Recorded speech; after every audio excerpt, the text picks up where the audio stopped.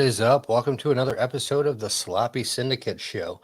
I think we have our biggest guest to date on the Sloppy Syndicate Show, so we'll get to that here shortly. Obviously, I'm Donnie. We are missing Dane because his computer took a shit, and he is trying to fix it, so he may pop in sometime within the show, or he may not. Who knows? So, no double D today. It's just the single D. Yeah, deflate. Meh, meh, meh. All right. Oh, okay. He just popped in. Dane just popped in. So now we do have the double D's. Awesome. Like I said, so let's bring Dane in. What's up, Dane? You got your computer Hey, fixed I finally? did. I So did. I I was had I to was upgrade my video card, man. I was shitting my pants a little bit. I thought I was going to be stuck with myself. So, Oh man, but I yeah, am we ill got prepared.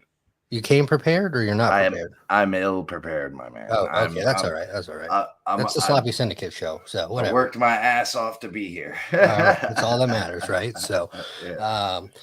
yes, folks, Dane's here. So now you got the double D's. We're not going to jump for you. We're not going to knock you out, but yeah, you get some double D's. Like I said, we do have one of the biggest guests that we've had so far. We do have Blink 182 in the green room, and wait, hang on, the producers. What do you mean it's not Blink 182? What the fuck have I been listening to? Yeah, I know, right? These guys sound like it a lot. Wait, what? No, that was all right, folks. Well, change of plans. We do not have Blink 182, but we have someone just as good as Blink 182. So, yeah, I do apologize for getting your hopes up, folks. But anyway, these losers are your stepdad's least favorite punk pop band with some melodic riffs, some catchy vocals, hailing from the Dirty D. That is Dirty Denver. And without further ado, let's go ahead and bring in the losers. You're all losers. So, I love that. what is up? So we got Cass from the band The Losers Club. So welcome to the Sloppy Syndicate Show. It is a pleasure to have you. We are streaming live on Twitch and YouTube, and we may have some questions in the chat. So, folks, if you have any questions, do not hesitate to throw them in the chat. So, tell us a little bit about the Losers Club, how you got started. I know you're a relatively new band, and how the hell did the Losers Club come up as a name? I know there's a is it Stephen King? Is it anything to do with that, or is it totally opposite? It has 100% to do with that, actually. And actually, first of all, thanks for having me, guys. I really appreciate it. This is super cool. I was super stoked to get the invite. But yeah, no, it's 100% a Stephen King rip. I was in high school reading it, and I remember, getting halfway through it, and I was like, man, Losers Club, that'd be such a great band name. And then when it came time to do this, we were like, all right, let's do that. If we get sued, we get sued. Probably doing something right, So we just kind of stuck with it. But yeah, it's 100% a Stephen King rip for sure. Nice. Yeah, because I was I was listening to some music, and I was trying to obviously dive a little bit deeper, and it kept coming up. I'm like, oh damn it, So I was like, well, it's either they don't know, or they kind of went off of Oh yeah, no, Stephen King. 100% new. Yeah. Oh yeah. Dane's big into that genre. It scares the shit out of me. So yeah, I'm a big reader. I love my books, so Oh yeah, nice. That's a fat book too. That's like the last book I read. I think I got to like the last page. I was like, cool, I'm never doing that again. Man, I think I read that in 7th grade. So okay, I love quite a few that book. Reading levels ahead of me. I think I was like a junior in high school. So well, I was a nerd kid. I mean, shit, the reason I didn't think I was going to show up tonight, I'm still in there, because I had to switch my video card out on my computer and shit. Oh yeah. Yeah, it's a new experience for me. I've been out the computer world for a long time, but now I've kind of dove head first into it. We're not here to talk about my ass, though. What's going on with you? Why not, man? I'm here for it. Teach me a thing or two. So what do you play in the band? Do you sing, guitars, you slap at the bass, or, it's a 3-piece band, so. It is, yeah. So I sing and play guitar, and then Tristan, our bassist, sings and plays bass, and then our drummer just sits quietly in the back and slap some stuff. All right. So, we wanted to get Cass in here just a bit. So now we're gonna give you a little bit of an eargasm. We're gonna play you a little intro, a little mix of a couple songs. That way you can kind of hear what the Losers Club sounds like. No disrespect, Cass, but Blink 182 is a total vibe I get from you guys. And let's see what the audience thinks. And here we go, folks. Let's do it.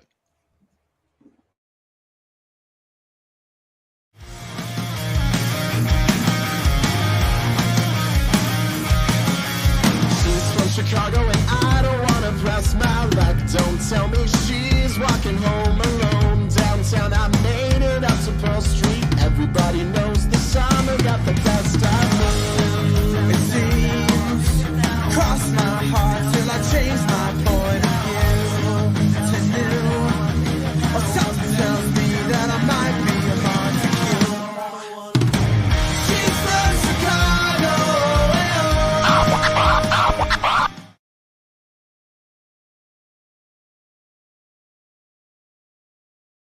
Now, Well, I don't know what happened. There was another portion of that song, but anyway, go on, little rock star. So. it reminds me a lot of the local bands that I saw in Gainesville in the early, mid, and late 2000s. There, from 2000 to 2010, a lot of the bands that were local in Gainesville, Florida, have that early 90s, late 90s punk sound to it. Sure. And I really appreciated those bands. They always throw a great show. So Dane, obviously A Day to Remember is from Ocala up by Gainesville.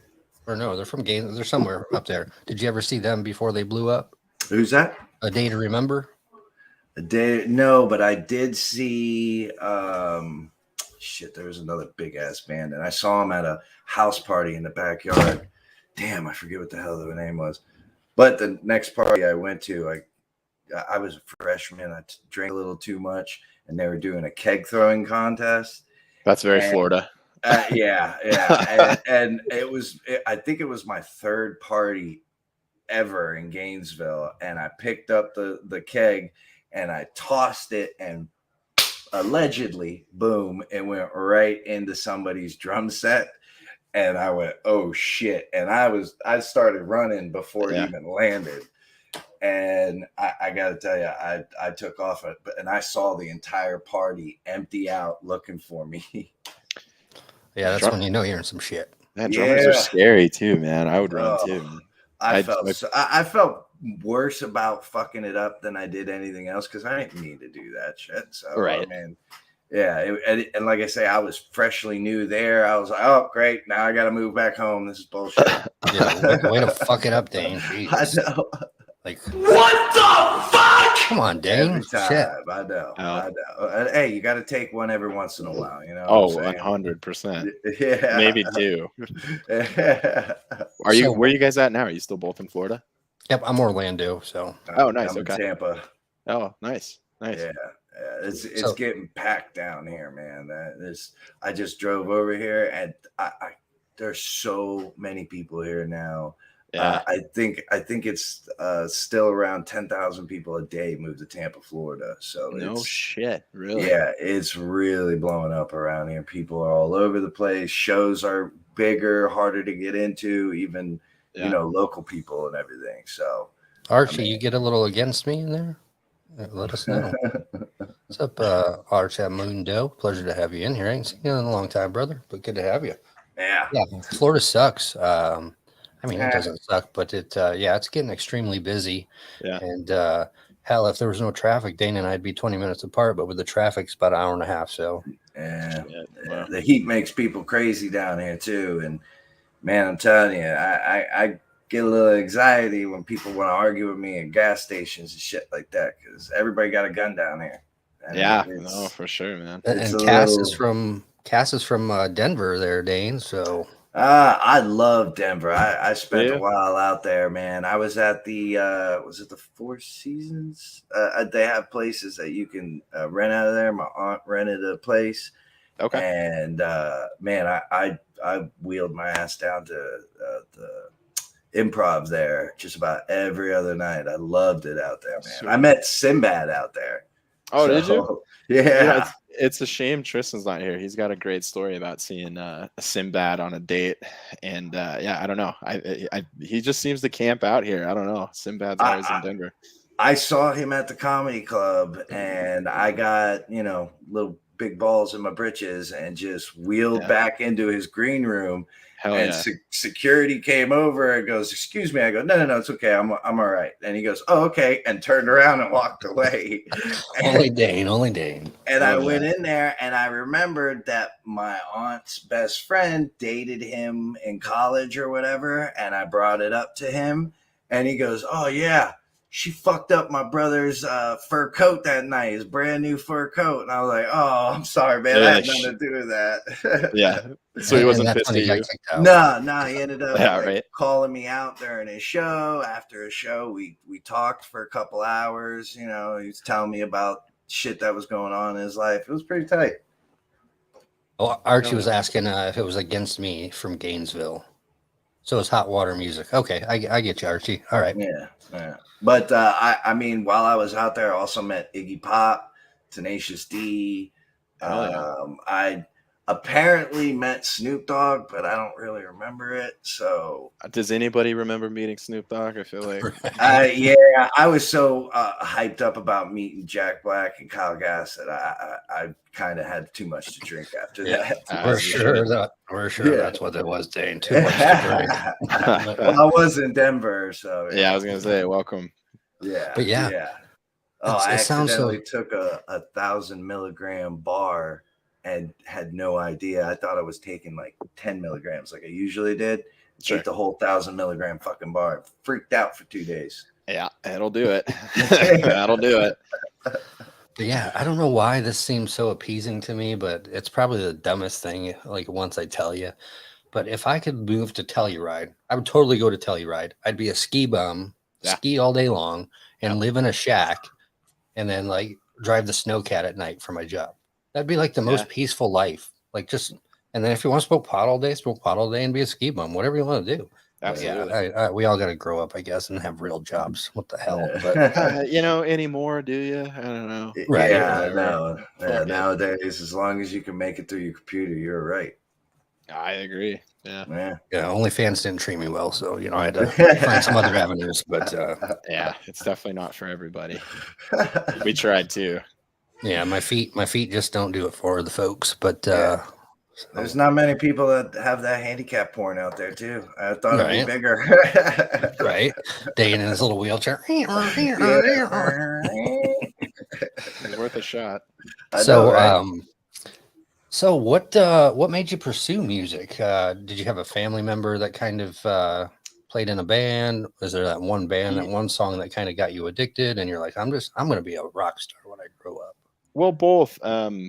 My dad had played in bands when he was younger. He was a bass player. It didn't really take for me until I got into middle school, and I actually was playing classical music. Nice. So I played cello in an orchestra for a little bit, and then kind of was like, man, it was very School of Rock. I was like, yeah, this is fun, but I kind of want to plug in and play with a pedal and stuff. So I moved more to guitar, bass, stuck with the strings and stuff like that. But had always wanted to do one. It's tough to meet people who are committed and you kind of share the same goal and ideals. Fortunately, like us three, we definitely all do. So it finally worked out. So it was that kind of just waiting for the right time and waiting for inspiration, and quite honestly, a pandemic to strike. That had a lot to do with it because there was so little to do. And sometimes your muse is a bitch. A little, well, typically, yeah. And, that definitely helped. I spent like most of that quarantine like going full Brian Wilson in my basement, but like way less talented, but like with the same amount of substance, like by substance I mean food. All I did was like eat and drink White Claws and like work on songs, and just not socialize. So it ended up being a positive for us, and we all came together and really liked it. It was great. As far as it sounds really good, man. You guys really meshed together well. Very well. Thanks, man. Yeah, it's it definitely worked out nicely, and we always kind of wanted a second guitar player, but as I said, it's so hard to find people who fit and gel, and also we're kind of lazy with that aspect. So we're like, it's just one guitar is cool. Obviously on the tracks and stuff, there's two, but I don't know. Commitment. A lot of people don't have that commitment, so. Sure. Yeah, no, it definitely can be tricky. You got to find yourself a Tom Morello, like that would be nice. That'd be cool. I wouldn't be pissed. Right? Yeah. Like I said, I started playing cello, so I'm like a kind of a bass player by trade. So I'm playing guitar, but you won't catch me dead like shredding licks or crazy solos at shows. I don't do that. So all right. So you guys might be in the market, huh? We could definitely be in the market, especially live. We're not like afraid of playing with tracks, but we just haven't for so long, and we don't, and not against it. And a lot of that more modern pop punk stuff kind of rolls in, like their drummer has like a roll-in pad and he'll trigger like the trap drum section, which full disclosure, this is an explicit podcast, as you said, I don't fucking get at all. If you have a drummer, why do you have drum samples like that? Especially live, I'm like, what is the point of that? But maybe that's because I'm not smart enough to know how to use one of those like pads and cue up tracks and stuff like that. But that's kind of always been our thing. Obviously I kid, no disrespect by any of that, but we're definitely just like, I don't know, let's just go be loud and see what happens and put on a good show. That's definitely always been our thing too, is the live show. Yeah, and you recently released She's from Chicago, Radio Face, Call Me Zach Morris. Yeah. What do we have in the future? Do you have an EP coming out? Are you working on an EP, a full-length album? What do we got coming from the Losers Club? Yes to actually all three of those. I think that there'll probably be a full-length album's worth of content in the next 12 months.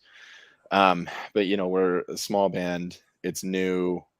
It doesn't make a ton of sense for us to just put out 10 songs all at once, because it's just, why would you? It doesn't really work like that anymore. Once you're small and starting out, just as far as, staying up and make sure you're always in front of people with something new. So we'll probably drop an EP end of this fall, so later this year. But like I said, in the next 12 months, there'll probably be an album's worth of stuff, with like videos included, and anything we can do to be creative. I'm not going to sit here and tell you that it's not a bit of a grind, that recording part and making sure you're out there, because there's a financial component, there's, like we talked about, a commitment thing. So it's definitely tricky, and hey, hats off to honestly any band out there doing it, because it's definitely not easy, for sure. And who would you say out of the band is the most talented as far as the songwriting aspect? As far as the songwriting aspect, it would so depend. Because we've had songs where, it's maybe Tristan wrote it on an acoustic guitar, like maybe a little bit more stripped down, and then it becomes transposed, whoever does whatever. And then sometimes I'll roll into a practice with like a full, Logic demo done. I'm like, cool, what do we want to do?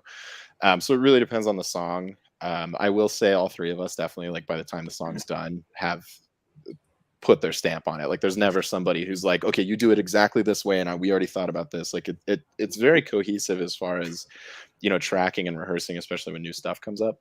Goes. Okay. So it's a bit of a toss up. It totally depends, but everybody's got their stamp by the end of it, for sure. Yeah, and you're already making some waves in the rock realm. So how was the opening for Kenny Hoopla? Man, that was awesome. That was just it was like pure anxiety for about a month. I imagine, he opened that up because he was just like out of the blue, was like, hey, by the way, like, every stop I'm making, I'm gonna have a local band open, so send me your shit. Okay, go. So we were like, oh, okay. But it was awesome, and shout out to him for doing that. Like, that's just such a cool, somebody in his position, recognizing he's in that position and wanting to kind of give it back was super awesome. He was great. His whole team was great. His backing band was great. They were the coolest guys. His drummer that he was touring with is actually from Florida. He's in a band called Knot. I don't know what part of Florida. I totally forgot, but he's down there. K-N-O-T or N-O-T? N-O-T. There might be two T's. I don't know. It's one of the two. Not Orlando. Doesn't sound familiar to me. Yeah, so. I don't think it was Orlando, but yeah, that was amazing. And we had the luxury of just being able to roll in. Everybody was there to see Kenny. Kenny already sold all the tickets, and we walked on. I will never forget walking on stage and everyone just being like, "Who the fuck is that?" Like, okay, like, bear with us for a half hour. We like it, but we'll get to the show. Enjoy us for now. Exactly. It ended up being super cool, and we were really, really lucky to be able to do that, and really thankful to him for picking us. So nice. I There's guess El Ak also says, if you were doing a cover and kind of making it your own, which song would you record? We've so gone back and forth on this a few times. There's been a couple. We joked about doing a Jonas Brothers song. We talked about doing The Chain by Fleetwood Mac.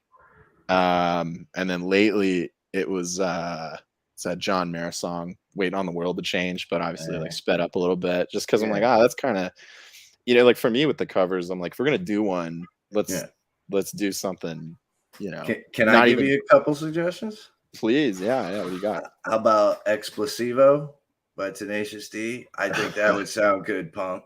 Okay.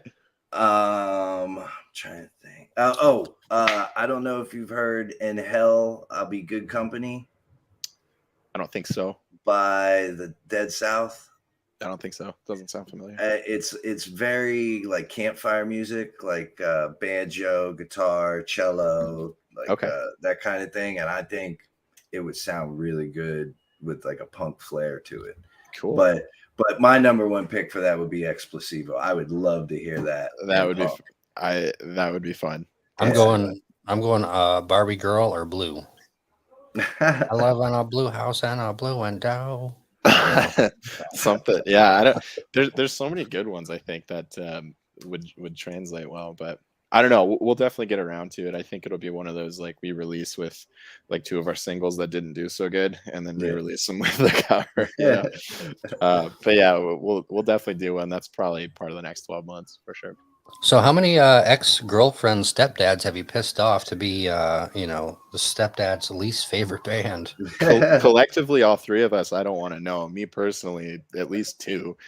But that was a total joke when we started, just to like remind ourselves not to, take any of this too seriously, and just, obviously punk or pop punk, and I don't want to say the stigma, but the stereotype around the, some of the bands, we're like, well, let's just kind of own that and make that our tagline, because some people take it so serious, as they should. It's their art, it's their creation and stuff. But for us, we're like, man, let's just, that's us as people. We just like to keep it light and be goofy. I mean, it's good to be serious, but you got to stay grounded. You know what I mean? Yeah, absolutely. And we just definitely thought it was funny, but definitely have pissed off some relationship stepdads, that's for sure. I mean, it's catchy. When I read it, I'm like, yeah, this is my kind of band right here. So. That's how it worked. Great. There you go. Look, I need to get to know this band a little better. So Here we are. It worked out. Any crazy, wild stories from any concerts or tours you've done? Yeah, we thrown any TVs out of windows yet? No, we're all things considered, I think pretty mild as far as that stuff goes. We did play a show last summer. It was like a tour stop for like a bunch of like ska bands, but it was like not like less than Jake Goldfinger. It was a little more like straight up ska, which is totally cool. We were down for it, and they all went really long, just because the stage show was managed poorly, not the band's fault, and we didn't end up going on stage till like 1 o'clock in the morning. We were supposed to play at like 11 or something like that. So it was just kind of a shit show. And I had stated on the microphone that I was like, hey, like, sorry, thanks for sticking around. Like, sorry that we went on so late. And one of the ladies who worked at the venue walks by the front of the stage, and she like pulls me down, and I lean down, and she's like, are you, why do you have so much sand in your vagina that you went on late? Like, you should just play. And I stood straight up, and I was like, I'm sorry, did you ask why I have so much sand in my vagina? And just turned around and walked away. And the sound guy was kind of being an asshole after that, because I think he thought I was being a dick, which I kind of was, but I was more being nice to the people who like stuck around and stayed, because we're on 2 hours later. I was just trying to be cool. And then, so I think that was probably like, the funniest thing. But yeah, no, no hotel rooms trash. No, nobody punched in the face that I remember. No snorting some lines off of strippers' buttholes, nothing like that. Allegedly. Allegedly, once again, not that I can remember. It happens sometimes. Shit happens. I don't know, but yeah, not on purpose. Yeah. So with the EP coming out late this year, do you have any big shows coming up? Any festivals? Any tours coming up? We're staying in town for definitely the rest of 2022, just to finish working and take care of the rest of our non-live show stuff. We have a big show this summer here in Denver at Globe Hall. The bill's super awesome. We're co-headlining with a band here called Hello Central. So it's just a full pop punk lineup. It's 4 bands. It's August 19th here at Globe Hall. So we're really stoked for that. It's going to be cool. I think we're, as all bands do, we're projecting a sellout, which you have to do in order to book venues, and we'll see if that happens. But I think we'll probably do okay with everybody. And it's actually locally, there's a show put on by the alternative radio station here called Big Gig, and it's the same night at like one of our outdoor amphitheaters, and like Jimmy Eat World's playing and all kinds of huge shit. So I went to Rockfest out there. Yeah, okay. So you kind of know. Unfortunately, it's on the same night, so we're marketing as like David versus Goliath, like the indie punk show versus like the big punk show. So I was like, rather than ignore the fact that it's the same night, let's just own it, and hopefully people who want to spend less money come see us. Hey, maybe you can't get a ticket. Let's come over here. No, maybe we'll sell it out that way. So maybe Less Than Jake will pop in and play a song or two before he goes and plays his show. Yeah, you never know. You never know. That'd be pretty tight. So we could just tell people they're going to do that. Right. You didn't show up. We're here. So. Then we got another fire fest on our hands. Right? Oh, no shit. Yeah. So maybe we want our money back. Damn it. You can't have it. I had to buy gas to get home. Right. It's gone. So, being in the pop punk genre, what would you say is the greatest pop punk band or punk band out there? Loaded question. So a little bit. So it's all right. I'm okay with pissing some people off. But I'll answer for me personally. I think as far as like pop punk is concerned, however you want to define that, it's definitely like Blink-182, Sum 41 for me. They're kind of up there. They kind of started that more, pop music that is punky. I'm stealing that a little bit from Finn McKenty. I heard him say that one time, so shout out him. But as far as like punk goes, again, for me personally, it's probably, I don't know, I could give the hipster answer I'm going to, but like Fugazi, stuff like that. You want to go back that far. They were a band for me when I heard them that I was like, oh, like it doesn't, because when I was younger and my dad would listen to his music and stuff like that, for me, punk was like, I can't even, is there a melody? Like it's just some guy screaming. Now, obviously, I've gotten older and I have an appreciation for that. But I remember hearing like Waiting Room by Fugazi and being like, oh, I can. Those kind of had like some angst, but also was like melodic and was catchy. So stuff like that's always caught my ear. Like I said, as I've gotten older, I have an appreciation for a lot of stuff. But yeah, I think we all could agree on Blink-182, and then I actually dug the side project they did, Angels and Airwaves. That was pretty good as well. I mean, obviously not pop punk, but I think the early stuff of Incubus as well. Their first CD was very punky and had a lot of angst in it, and they kind of mellowed out after the second, third CD. So record. Yeah, no, that's a good call too. I would agree with that. There's a ton. There's so many, Oh yeah. That's why I said it's a loaded question. So many different answers that you can come up with. And I remember I thought we used to be the hot shit in school, and we were like listening to Dead Kennedys and Ramones and some of the older stuff like that. And it's like, yeah, we're hot shit, with our cut off checkered shorts and mohawks and my thing is like, I'm like, by the time I've heard about it, it's already probably too late. It's already popular, so but I don't care. I love it. It sounds good. So for the folks listening and to the podcast in the future, where can we find more about the Losers Club, or where can we buy merch, anything like that? Yeah, we have a website, thelosersclubband.com. There's a ton of shit on there. We update our calendar, new singles, videos, stuff like that. Probably the most active on Instagram. Okay. That's just at the Losers Club Denver. That's you catch all the stuff like this, the reposts, the day to day. We do sell merch. That's just the Losers Club shop.com. There's a ton of stuff on there. We update it probably, I don't know, 2-3 times a year. So check back. There's new stuff on there. And then obviously Spotify and Apple Music and Deezer if you're into that. Just the Losers Club. Yeah, and pretty active. I say this every stream. I'm sure I probably just need to put it on record, but purchasing a shirt or something from a band is the equivalent to almost 6,500 streams. So that definitely does help the band, and it goes directly to the band, and they get 100% of the cut versus pennies on a dollar per stream. So, yeah. What do you got, Dane? Buy a shirt, show your love. You know what I mean? Please. Hey, I like the way you guys sound. I really, like I say, I enjoy hearing the early punk mesh of it. And yeah, good luck to you guys, man. And next time you come on the East Coast or whatever, let us know. We'd love to come out and see you. So, dude, absolutely, man. I appreciate it. Thanks, guys. Absolutely. And any final departing words from you, Cass, that you would have for the fans out there? Yeah, just make sure you stay up to date with us for the next 12 months.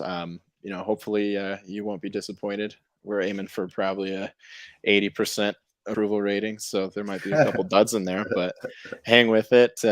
Feel free to DM, reach out, comment, any of that stuff. We're on there constantly, so do what you can do. Oh, and also he's gonna love this. Nick from Loser Brand Apparel. This has nothing to do with the band. He's based out of California.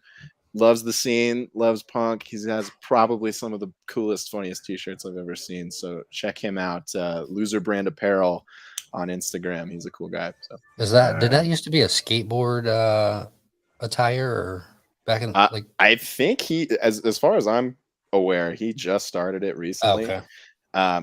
Yeah, he's cool. Like I said, loves the scene, loves all that stuff. Yeah, because there was something loser something when I was younger, skateboard like attire and decks and stuff like that. So yeah, like I said, as far as I know, it's he's new, fresh out. So support the small stuff, the local stuff, and it's high quality. Absolutely, right? High quality shit.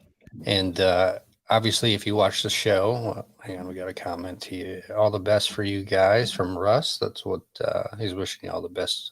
So thank you, Russ. Yeah, thanks, Russ. And obviously, if you tune into the show, you know how we end the show. Folks, it is okay not to be okay. And remember, you do matter. If you need any assistance, reach out to the National Suicide Prevention Hotline at 1-800-273-8255 or text GO to 741-741. Again, you matter. And that's all I have, folks. Remember, keep it sloppy, and we'll see you on the next episode. All right, everybody. See you. Peace.